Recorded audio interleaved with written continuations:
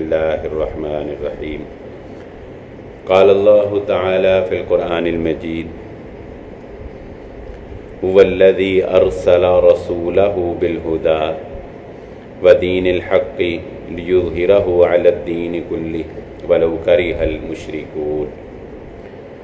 قابل صد احترام حاضرین مجلس، محترم مکرم سامعین اکرام، آج کی اس مختصر گفتگو میں چند ایک باتیں آپ کے گوش گزار کروں گا کہ پاکستان جیسی نعمت جو اللہ رب العزت نے ہمیں عطا کی ہے، یہ کتنا بڑا احسان اور کتنا بڑا انعام ہے اللہ رب العزت کا ہمارے اوپر، جس کا ہمیں صحیح طریقے سے اندازہ نہیں ہے، ادراک نہیں ہے۔ ایک بات ذہن نشین رکھیں، جو قومیں اپنی تاریخ کو محفوظ نہیں کر پاتی وہ دنیا کے اوپر اپنا وجود بھی قائم نہیں رکھ سکتی، اور یہ بھی لازمی امر ہے کہ جب کوئی قوم مغلوب ہو جاتی ہے تو غالب قوم جو ہے وہ مغلوب قوم کی تاریخ کو مٹا دیتی ہے آہستہ آہستہ، حتیٰ کہ لوگ اس کے ہر طرح کے اچھے کاموں سے بالکل ناواقف ہو جاتے ہیں۔ میں اس کو ایک چھوٹی سی مثال سے آپ کے سامنے رکھ دیتا ہوں۔ اگر آپ کسی مطالعہ پاکستان کے طالب علم سے بھی پوچھیں گے یا یہاں بیٹھے جتنے افراد ہیں، میں یقین سے کہہ سکتا ہوں اگر آپ میں سے میں کسی سے یہ پوچھوں کہ آپ بتائیں کہ مغلیہ دور میں مسلمانوں کی تعلیمی سرگرمیاں کیا تھیں، تو بتائیں آپ میں سے کوئی جانتا ہے؟ آپ کو یہی پتا ہے کہ مغلیہ دور میں تعلیمی سرگرمیاں نہ ہونے کے برابر تھیں یا تھیں ہی نہیں؟ جتنے کالج ہیں، جتنی یونیورسٹیز ہیں، یہ کن کے ناموں پہ ہیں بتائیں؟ اس وقت بر صغیر میں، پاکستان میں، آپ کے لاہور میں جتنے بھی انگریز حکومت کے دور حکومت میں کالجز تھے وہ کس کے نام پہ تھے؟ انگریز حکومت نے مغلیہ دور میں قائم کی جانے والی تمام تعلیمی درسگاہوں کو ختم کر کے یہ باور کروایا کہ مغلیہ دور میں تعلیم پر کوئی توجہ نہیں تھی، جبکہ اگر آپ تاریخ پڑھیں گے تو آپ حیران ہو جائیں گے کہ مغلیہ دور میں ہر 95 افراد کے لیے ایک علمی درسگاہ قائم ہوئی تھی۔ ہر علاقے میں 95 بچوں کے لیے ایک سکول تھا۔ یہی کافی نہیں، بلکہ انہوں نے تعلیمی نظام کو 2 حصوں میں تقسیم کیا تھا۔ انہوں نے گھر میں لوگوں کو یہ فیسیلیٹیٹ کیا تھا کہ اگر کوئی اپنے بچوں کو سکول نہیں بھیجنا چاہتا تو وہ گھر میں خاندان والے مل جائیں، استاد حکومت پرووائڈ کرے گی، گھر جا کے استاد ان کے سین میں بیٹھ کے ان کو پڑھائے گا۔ لیکن آپ یہی جانتے ہیں کہ مغلیہ حکومت عیاش پرست تھی، مغلیہ حکومت جو ہے وہ شطرنج کھیلتی تھی، مغلیہ حکومت جو ہے وہ ناچ گانے سنتی۔ اس میں شک نہیں ہے کہ حکومتوں کے کچھ نااہلیاں ہوتی ہیں جن کی وجہ سے زوال آتا ہے، مگر انگریز حکومت نے ان کا ایک بھی اچھا کام باقی رہنے نہیں دیا۔ ایون کہ ہم بھی مسلمان ہونے کے باوجود یہی سمجھتے ہیں کہ مغلیہ دور کی حکومت بہت بری حکومت تھی۔ ایسا کیوں ہوا؟ کیونکہ انگریز غالب آ گیا تھا۔ اس کے بعد اب جو پاکستان کا قیام عمل میں آیا ہے تو یہ بات بھی ذہن نشین رکھ لیں کہ یہ ایک اللہ رب العزت کی بہت بڑی نعمت ہے، جبکہ ہم جانتے ہیں کہ اس میں 3 بڑی آوازیں تھیں قیام پاکستان کے وقت۔ ایک آواز تھی قائد اعظم محمد علی جناح کی، دوسری آواز تھی گاندھی کی، اور تیسری آواز تھی مولانا ابوالکلام آزاد کی۔ یہ افسوس ہے کہ مولانا ابوالکلام آزاد نے اس وقت گاندھی کا ساتھ دیا، اور وہ بھی متحدہ ہندوستان قائم کرنے کے لیے آواز اٹھاتے تھے، جبکہ قائد اعظم محمد علی جناح نے الگ پاکستان کے لیے ثابت قدمی دکھائی، اور وہ ایک لمحے کے لیے بھی انہوں نے یہ تسلیم نہیں کیا کہ متحدہ ہندوستان قائم ہو سکتا ہے۔ اب اس کرنٹ صورتحال کیا ہے؟ 72 سالوں کے بعد تاریخ نے یہ فیصلہ کیا کہ قائد اعظم کا فیصلہ درست تھا اور مولانا ابوالکلام آزاد کا اس وقت کا فیصلہ غلط تھا۔ تاریخ نے یہ فیصلہ کیا۔ نقصان کتنا بڑا ہو گیا وہ اب سنیے ذرا۔ نقصان یہ ہوا کہ اس وقت انڈیا کے مسلمانوں کی حالت یہ ہے کہ ہندو یہ کہتے ہیں کہ ہم اکٹھے نہیں رہ سکتے، اور مسلمان بیچارے یہ بیان دیتے ہیں کہ نہیں ہم اکٹھے رہ سکتے ہیں.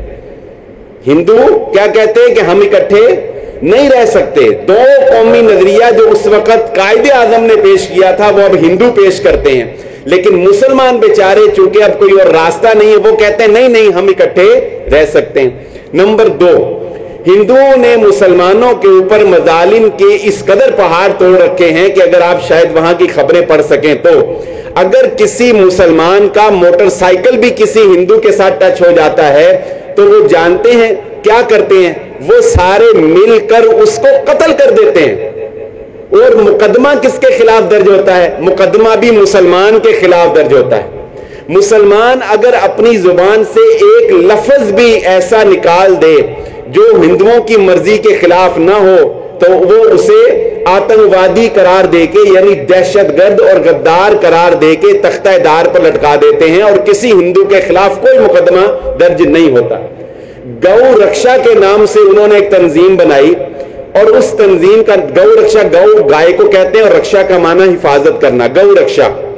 پچھلے دنوں آپ اندازہ لگائیے کہ انہوں نے مسلمانوں کی بستیاں اجاڑنے کے لیے یہ طریقہ اپنایا کہ ایک مری گائے مرتی تو ہے نا, گائے آخر مرنا ہے گائے نے, گائے مر جائے تو کیا کرتے ہیں کہ مری ہوئی گائے کو رات کے اندھیرے میں مسلمانوں کے علاقے میں پھینک دیتے ہیں اور صبح اٹھ کے مسلمانوں کے اس گاؤں پہ دھاوا بول دیتے ہیں کہ انہوں نے گائے کو مارا, فلہذا اس میں سینکڑوں مسلمانوں کو قتل کر دیا جاتا ہے اور کوئی پوچھنے والا نہیں ہے. یہی کافی نہیں ہے, مسلمانوں کی آبادیوں کے سارے نام اس وقت تبدیل کیے جا رہے ہیں. یعنی ہمارے ہاں جس طرح محلوں کے نام ہوتے ہیں, آپ کالونیوں کے نام اسلامک نام رکھتے ہیں نا, تو اس ہندوستان میں بھی مغلیہ دور کے جو محلوں کے نام یا چوکوں کے نام یا سکولوں کے نام یا کالجز کے نام یا بلڈنگز کے نام جس طرح ہمارے ہاں ہیں اسی طرح ان کے ہاں بھی ہیں.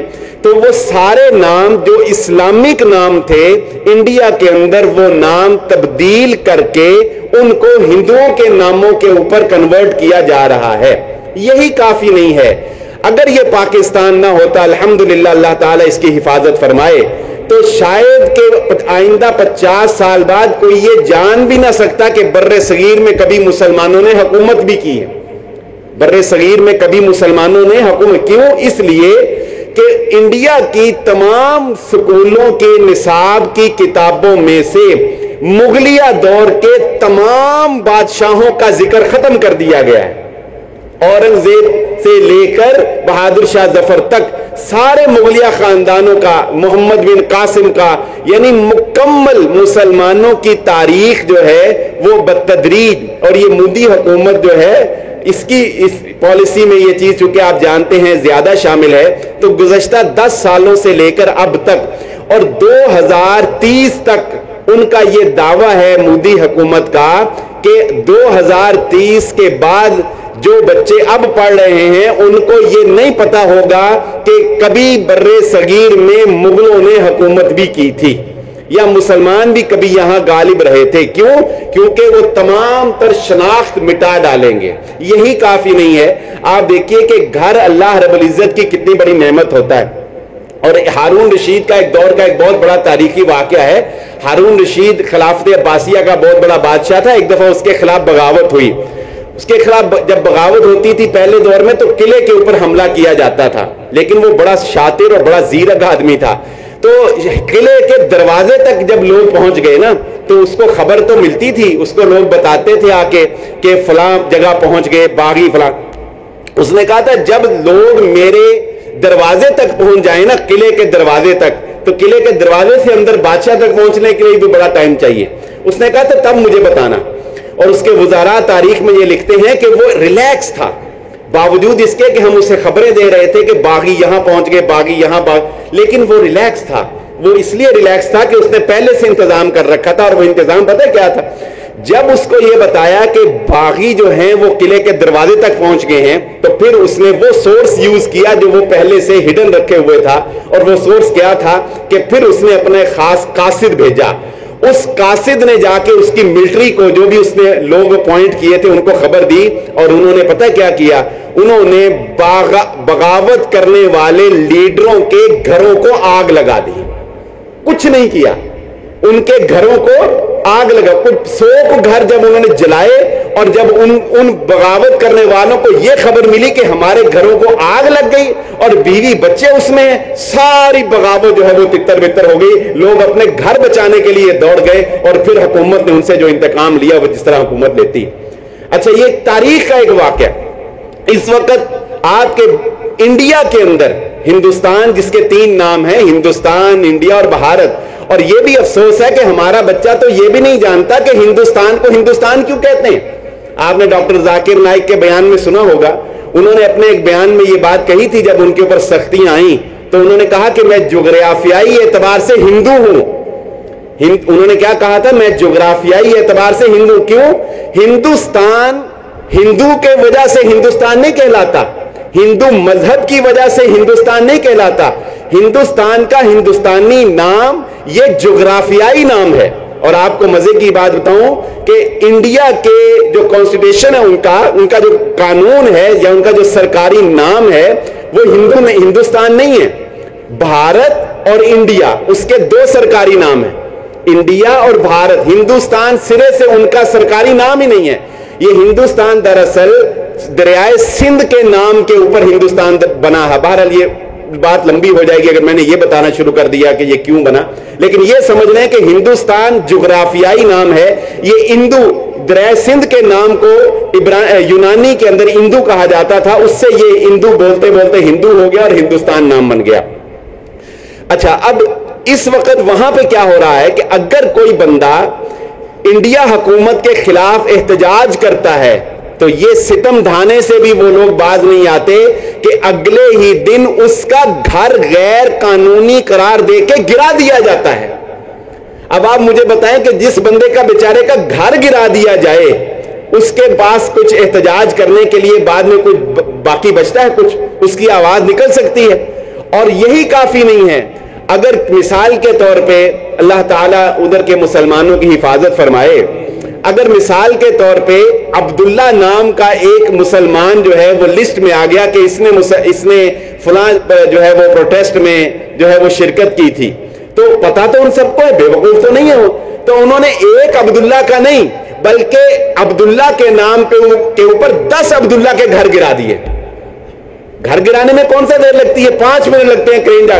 جب بتانے والے نے بتایا کہ میں وہ عبداللہ نہیں تھا, انہوں نے کہا چلو غلطی ہو گئی, کوئی نہیں, ہم تمہیں اجازت دیتے ہیں, تم دوبارہ بنا. یعنی 9 عبداللہ کے گھر ناجائز گرا دیے. گرایا تو 10ویں کا بھی ناجائز, لیکن چلو وہ احتجاج میں شامل تھا, یہ 9 تو شامل بھی نہیں تھے, اس کے باوجود ہے وہ گرا دی. اور وہاں پر اب اگلا سٹیپ یہ دیا جا رہا ہے کہ وہاں پر مسلمانوں کی خواتین کے پردے کے اوپر پابندی عائد کی جا رہی ہے. یہ صرف الفاظ ہیں جو میں نے آپ کے سامنے رکھ دیے ہیں. آپ سوچ بھی نہیں سکتے کہ وہاں کا مسلمان کس خوف اور حراست کے اندر اور کس بیچارہ بے سکونی کے اندر زندگی گزار رہا ہے. اسے تو صبح اٹھ کر یہ بھی نہیں پتا کہ صبح اٹھتے اس کی نیشنلٹی بھی باقی رہے گی یا نہیں رہے گی. اسے کہیں یہی نہ قرار دے دیا جائے کہ یہ انڈیا کا باشندہ ہی نہیں ہے. یہاں اب جو نیکسٹ سٹیپ ان کا ہے وہ یہی ہے کہ وہ ایسی پالیسیز بنا رہے ہیں کہ آئندہ آنے والے 15-20 سال کے بعد مسلمانوں کو وہاں رہنے کے لیے ویزے کی ضرورت پیش آ جائے گی, وہاں کی نیشنلٹی ان کے پاس جو ہے وہ باقی نہیں رہے. اب آپ مجھے بتائیے اس مختصر سے حالات میں جو میں نے آپ کے سامنے انڈیا کے رکھے ہیں, پاکستان ایک نعمت ہے کہ نہیں ہے؟ پاکستان کی قدر لیکن ہم لوگ نہیں جانتے. پاکستان کی قدر لیکن ہم لوگ نہیں جانتے. اس پاکستان کی قدر کریں, یہ اللہ رب العزت کا مسلمانوں کے اوپر ایک بہت بڑا انعام ہے. کبھی اس کو برا نہ کہیں.